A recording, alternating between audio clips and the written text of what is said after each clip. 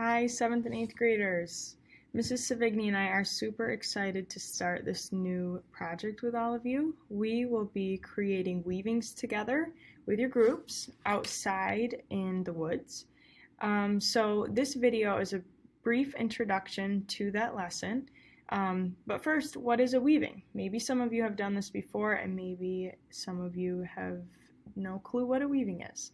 So here's some examples I've pulled up of different weavings with a little bit more of the natural elements, which is what we will be making.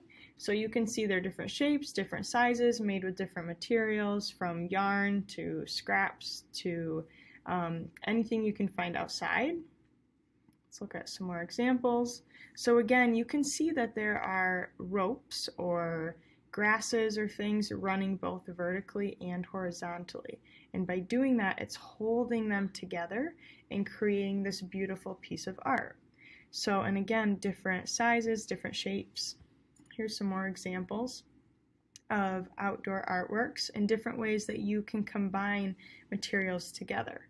So again, a weaving is an artwork that is created by running materials both vertically and horizontally. The first thing that you need to know when going outside to start your project is how are we going to build this base? And so that is called a loom. The base of your weaving is a loom, and basically it is the structure that goes around your weaving that gives your weaving support and tension as you work. If you don't have tension, it's going to be really loose and your weaving is going to droop and it may fall apart. So the loom is one of the most important pieces because if we don't have that tension and structure, we can't really build a weaving. So some different examples of looms. A basic loom is something like this made out of wood, and there's string that runs from the top to the bottom, which we will also have. And it's held together a few different ways. You could do it like this first one and create like slits in the wood that wrap the fiber around to hold it in place. This one is using nails, and again, wrapping the string around the nails to hold it in place. We will actually just be tying and looping our rope all the way around these branches. So to create your loom, let's go down here, building your loom, here's a couple drawings of a very simple loom, and what we need to do is find